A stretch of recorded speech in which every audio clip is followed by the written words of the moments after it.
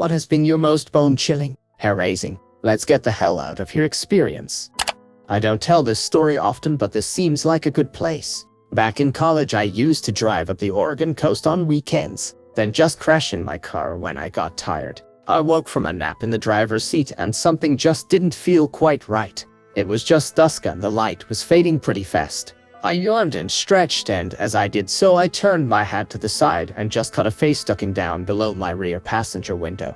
I went to hit the lock button just to make sure, and in my panic I accidentally unlocked the doors briefly and then locked them again. I stared at the window for a few minutes, knowing that someone was crouching just out of sight. Eventually, I started the car and thought I heard a scuffing sound. Whoever it was didn't reappear, but that was enough for me. As I noped out of there and pulled out back onto Highway 101, I glanced back, and a bald figure in a red t-shirt with something wrapped around his face booked it into the woods on the side of the road. That was the end of that weekend trip. I drove the 2 hours back to my dorm room, white-knuckled hands locked on the steering wheel. I had to pull over a few miles down the road though to deal with the adrenaline shakes. When I was a teenager, I was awoken to a sudden chaos in my house. I come out of my room to see my dad but naked except for his red wings, with a pistol in his hand, absolutely tearing through the house towards the front door. My mother swoops me out of the way and locks me in and herself into my sister's room. Apparently someone was trying to break into my window and had not realized my parents' window was right by mine. It was small craftsman-style home.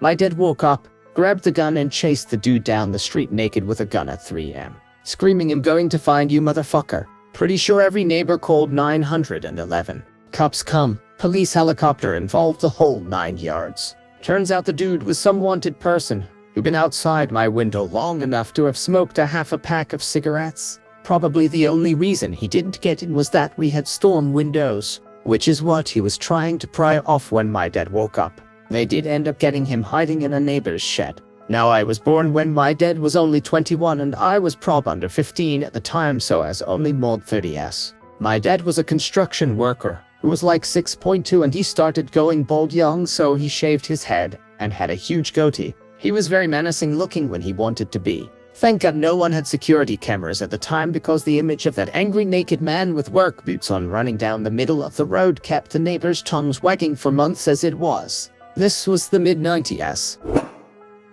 When I was about 11, this house down the street from my grandparents had a reputation for being haunted. One day I was walking to the shop to get supplies for my grandparents and I saw the owner of the house outside. He was about my dad's age and started talking to me. I really wanted to be the first of my friends to go in the haunted house, and I was asking a million questions about ghosts and stuff, and he told me I could come in and see if I wanted. I said I had to go do my errands, but he was pretty convincing and promised he wouldn't tell anyone. So up his driveway and into the haunted house we went. But I heard him lock the door when we got in, and for some reason I was hyper aware of it. I said I changed my mind, and he kind of blocked me from the door, trying to change my mind and calling me a scaredy cat and stuff. I don't remember exactly what happened for him to let me out, but he did, and I ran for my life. Sat at the shop for ages just shaking and wanting to puke without even knowing what I was scared of. Anyway, turned out later it wasn't a haunted house. The guy was a pedophile and serial child rapist. His house burned down while he was in prison. Was walking from a local shopping mall to the train station so I could go home. The shortcut went through a huge long tunnel and was out of sight from the road, and wasn't used unless you knew the area. When I got to the tunnel, I looked up and saw a guy standing right at the other end of the tunnel, in the middle, just looking in my direction, like he was waiting. Every hair on my body stood on end. I felt like I needed to vomit, and before I knew what I was doing, my feet turned me around and started walking fast away. He started walking after me and said, "Don't worry, it's not like I'm going to rape you." I ran and walked right on the edge of a highway in plain view of cars in case he ran after me. I couldn't stop shaking for an hour.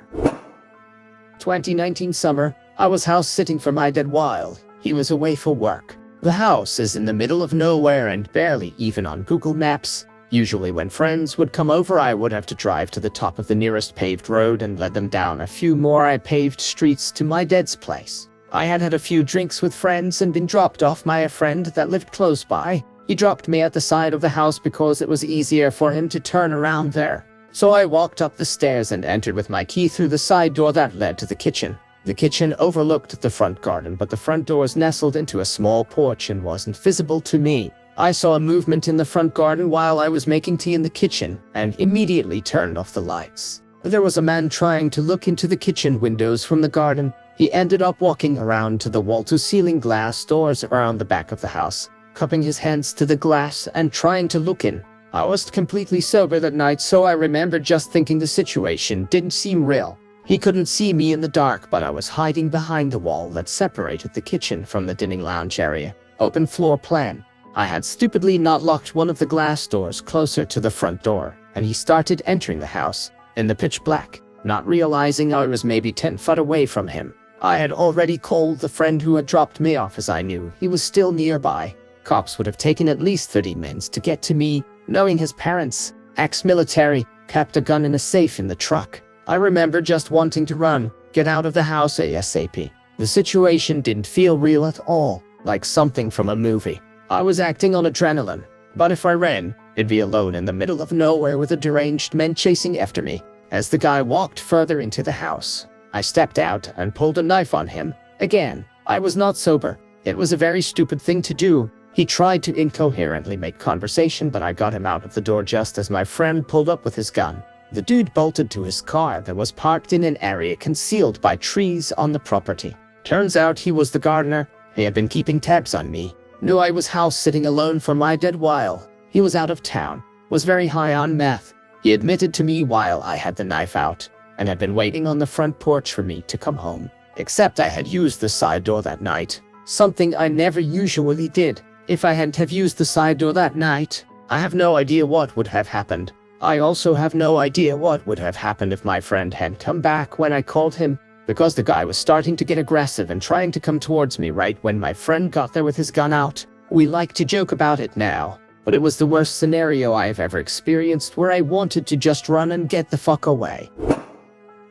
When I was 27, my girlfriend lived in a crappy part of Hollywood, Flow near us one. She had a kid pretty young, but the dad ended up going to jail for assault. The place she could afford was run down with all sorts of addicts and genuine lowlifes living in the units around her. She hated the place. She couldn't move in with me because I was just renting a room where I lived. It was better than living at her parents' though. Drunk, abusive, dead, addict mom. I went to visit her after my shift ended at 9 p.m. Picked up some food and planned to cook for her. We were there for about an hour, just sitting on the couch watching her kid play with a box. Then the banging started on the door. She looks terrified, thinking it's her ex. I'm kind of freaked out also because I heard all these stories about him. Some guy is cursing, hitting something against the door hard. We don't even want to peek through the window or peephole, thinking he's got a gun. We call the police, but the operator is having a tough time hearing. Then we hear some other woman screaming and cursing. He had the wrong door. We hear them start fighting, smashing, more screaming. Sounds like she's spitting, and we hear punches. We're not sure if it's her or him, but it's loud. 911 operator says police are on their way. The kid starts screaming because he's scared. The man outside starts banging on the door again. He thinks his kid is with us and shouts he's going to kill us for taking his kid. My GF just breaks down at this point and starts crying. Maybe 10 minutes later, the police arrive. They arrest both of them, then took our statements. She moved out a couple days later, and we ended up renting another crappy apartment, but in a much better area. I have one. Okay, so I'm in middle school. 6th grade, I think, and to get my bus in the morning, I had to walk about a mile or so to the back of our neighborhood. About 6 am, I'm chillin' waiting for the bus alone. This man walks up to me, and I can't remember what he was talking about, but I do remember him trying to get me to go to a house across the street. I kept telling him no, and that if I miss my bus, I'm getting my ass whooped. It was in early 90s. The more I said no, the more agitated he got, and I remember being more scared than I've ever been, and trying to figure out where I could run. I'm literal trying to gauge if I could jump into a bio that's catty corner to us, Houston lol, and not die. But like a fucking boss, my old elementary school bus driver comes hauling us down the street, stops the bus and flies out the door screaming at the guy who runs to a car parked in front of the house he was trying to get me to go to, and drives off. She bangs on the door to the house, and they tell her everyone who lives there is accounted for, and they have no idea who the man was. She took me home, and from that day on, my stop changed to a block away from my house. Her name was Miss Francine, and I'm convinced she saved my life that morning. I'm in my 40s now, but telling the story to my kids still makes me sick to my stomach. One time I was out in Colorado with some buddies hiking near the top of a mountain. Some bad weather started to roll in, but the top was only 15 minutes away, so I went out while they went back down. As I was getting to the top, I felt static in the air and the hair in my head started to stand up. I immediately started to panic because I thought I was about to get struck by lightning, so naturally I rained down without ever getting to the top. I'm not sure if I was gonna get struck, but I sure as hell was sticking around to find out. Hiking in the Rocky Mountains, on a trail I knew pretty well. I was leading a group of kids, maybe 20 or so middle school-aged children from the camp where I worked. I turned a corner and saw a jawbone of a deer. Pretty cool, showed it to the kids. Didn't have any flash on it, so I assumed it was pretty old. 100 feet further down the trail I find another bone, femur maybe. I specialized in insect populations, not deer anatomy. This one looked a little fresher. Another ways down, another bone. I'm getting a little nervous at this point, so I explained that we should probably turn around and head back. My students all groan that they want to see more dead stuff, but I shepherded them down the train and back to camp. 2 days later we got a call at the camp that someone had been attacked in the area by a mountain lion. Apparently a mountain lion had set itself up in the caves on the cliffside, and it had gotten pissed when someone got too close. I'm glad we left the area, even if my students would have loved to see more dead stuff. I worked a lot in remote areas of West Texas, servicing oil field related equipment. One time I was out in the middle of nowhere as usual, and to the northeast was a butte, an isolated hill that's bigger than a regular hill but smaller than a mountain, but everywhere else around was pretty flat. There was one road in and out of the site I was at. At some point when I was working on a control box, I had the overwhelming feeling that I was being watched. I scanned the horizon, looked all around the butte, and went back to work. This happened a few more times within several minutes until I finally saw something move on the side of one of the rock outcroppings on the butte. I went to my truck, grabbed my binoculars, and the figure behind that outcropping. It was definitely a human. I glassed him for a good 20 minutes and I could see him peek around every couple of minutes. Eventually he leaned out so far that I could see the silhouette of the barrel of a rifle slung around his back. At some point he was hidden behind his rock for a while, and the next time he peeked out,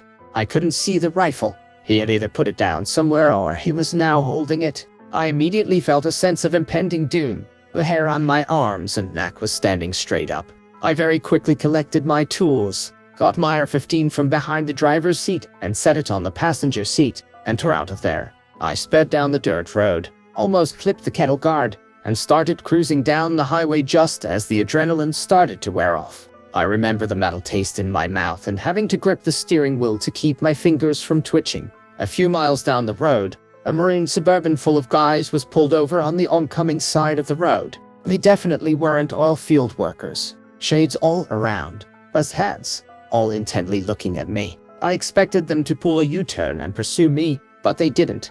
I can prove that this is what was happening. But I do know that cartel guys run operations where one scouts for guys working alone and calls in a group of guys to rob them of their truck and tools.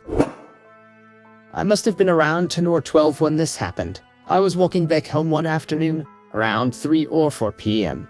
After strolling around the neighborhood, which was usually very safe, friendly, and quiet. I was on the opposite side of the block, the houses behind ours, which wasn't an issue because there happened to be a park that went across the whole block and connected to the other side. So you didn't have to go around the whole block. So I was only a few houses away. I went through the park, a park I had played at my entire childhood, without paying much attention. When about halfway through, this guy who I didn't know, definitely older than me, wearing a hoodie started calling me. Dude, come over here one sec. What do you want? Come here, I just want to ask you something. Okay, ask me from over there. No, come over, please. No, tell me from over there. At that point, another dude that was sitting next to him gets upset. I hear that's it, and they both stood up quickly and started making their way towards me. I can't recall how far they chased after me, but my instincts just told me to run like hell, and I did. To this day I still don't know if they were gonna mug me, if they were just taking the piss, or what was happening, but it definitely scared kid me. Best friend and I were heading down a mountain from scouting bighorn sheep a little before opening day for hunting season. It was already pretty close to a 20 kilometers day of hiking through the mountains. We were roughly a couple of kilometers from the truck, hiking along the bank of a dried riverbed when his dog stops dead in his tracks. We thought he heard a squirrel or something like normal, so we keep walking. In an absolute flash, a bear, must have been a black bear, gets up about 25 feet from us and bolts off into the bush so fast that he was probably over 100 feet away before I would have even been able to get the bear spray out of the holster on my belt. I just want to say this, if you and the bear startle each other, and he decides to attack, you are 100% fucked. I have never seen something so big move so fast in my life. Share your thoughts in the comments, subscribe to the channel. Good luck.